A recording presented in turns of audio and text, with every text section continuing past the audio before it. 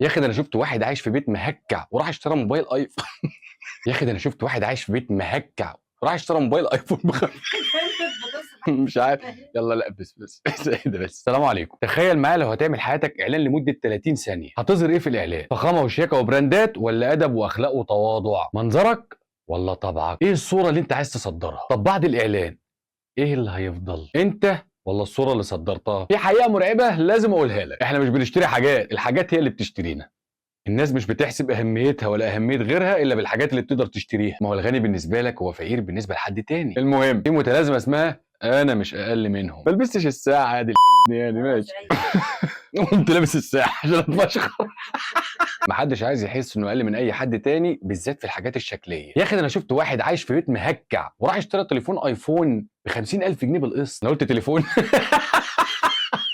انا قلت سيبيه يخلص الجمله ويعيدها تاني. لا ادبا ليه. تليفون ايفون.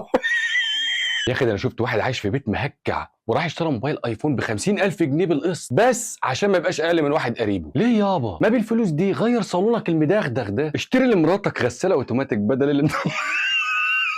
بدل اللي مطلعه عينيها دي. هات لك تكييف يرطب على اهل بيتك، ولا علشان الحاجات دي كلها ما بتظهرش بره؟ اهم حاجه المنظره قدام الناس. واحد صاحبي تاني مش لاقي ياكل، بيروح بيته متشعبط على الميكروباصات، وتلاقيه داخل كافيه غالي جدا بس علشان يلقط لنفسه صوره مع فنجان القهوه اللي عليه لوجو الكافيه. وبعدين هل معنى كلامي اني بقول لك ما تنزهش نفسك؟ في كتاب ذا هاي برايس اوف ماتيرياليزم، الثمن الباهظ للماديه، عالم النفس تيم كيسر بيرد على النقطه دي وبيقول كلما زاد تركيز الانسان على الاستهلاك والمظاهر قل شعوره بالسعاده والرضا، وزادت معدلات القلق والاكتئاب لديه. الكلام وضح نفسه، مش عايز شرح، صدقني انا قلب عليه. ممكن اقول لك عيش حياتك يا غالي وما تخليش في نفسك حاجه، لكن انت بتشتري حاجه علشان تفرح بيها يومين وهوب تلاقي مخك بيقول لك تعالى نشتري حاجه تانية. استهلك علشان افرز دوبامين واحسسك بالسعاده. الداء ده في الاغنياء نفسهم اللي مش محتاجين حتى منظره. فتلاقي ناس عندها طلعه كده اسمها الشوبينج، هو مش محتاج حاجه بس عايز يعمل شوبينج، عايز يشتري، عايز يستهلك علشان يحس بالسعاده والرضا. لكن اللي هو مش عارفه ان السعاده والرضا دول هيحس بيهم لحظيا بس، لان سعادته مش مرتبطه باللي اشتراه، سعادته مرتبطه بكونه اشترى. استهلك. فبيبقى دايما عايز يشتري ويستهلك بغض النظر هو عايز يشتري ايه. دماغك لفت مش كده؟ اشرب بق ميه كده وركز معايا. لو بصيت على اغنياء العالم اللي معاهم يشتروا المول نفسه اللي انت بتشتري منهم، هتلاحظ حاجه غريبه، انهم مش استهلاكيين. مارك زوكربيرج بتيشيرته الرمادي اللي مش بيغيره، عايش حياه عاديه جدا. ستيف جوبز كان دايما لابس بلوفر اسود وبنطلون جينز ازرق وكوتشي ابيض، وهو واحد من اللي غيروا وجه الحضاره في العالم. ايلون ماسك اغنى راجل في العالم حاليا، بص عليه كده راجل عادي خالص. الناس دي كلها مش استهلاكيه. انا عارف انك هتشاور لي على قصورهم وعربياتهم ومظاهر النعيم اللي عندهم، ده بالنسبه لك انت يا غلبان. انت لو معاك ثروتهم بدماغك دي كان زمانك لساعه واشتريت حاجات اكتر من كده بكتير لها لازمه وملهاش. لكن هم بيصرفوا فلوسهم في مكانها الصح وبيعيشوا حياه عاديه خالص. بيل جيتس اللي كان في يوم من الايام اغنى راجل في العالم، كتير جدا الناس بتقابله في محل وجبات سريعه او بنزينه او محل ايس كريم، ودايما هدومه عاديه خالص، لا ماسك كاروهات عارفين. في التسعينات كان مشهور عنه ان المذيعه بتساله ثروتك كام، فرد وقال لها قبل السؤال ولا بعده. الكلام ده كان مشهور وقتها، انا ما اعرفش الكلام ده فعلا كان صح ولا غلط، احنا كنا صغيرين يعني.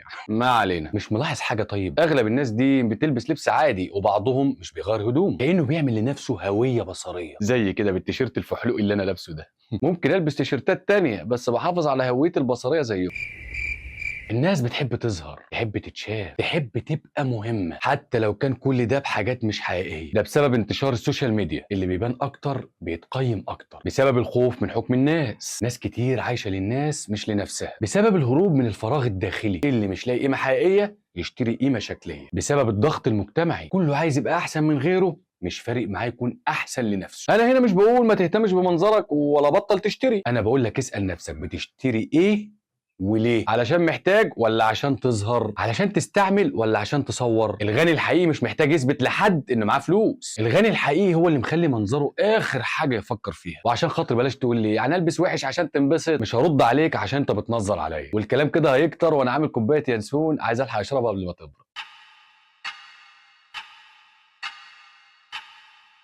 على مشرب الكوبايه دي، لو عجبك الفيديو اعمل لايك وشير وسبسكرايب، وهيكون ما عجبكش ده انا صارف ومكلف. وما تنساش تتابعني على فيسبوك وانستجرام وتيك توك ويوتيوب، دور هناك على مصطبه ابو علي هتلاقيني قاعد مستنيك باليانسون. اشوفكم الفيديو الجاي ان شاء الله.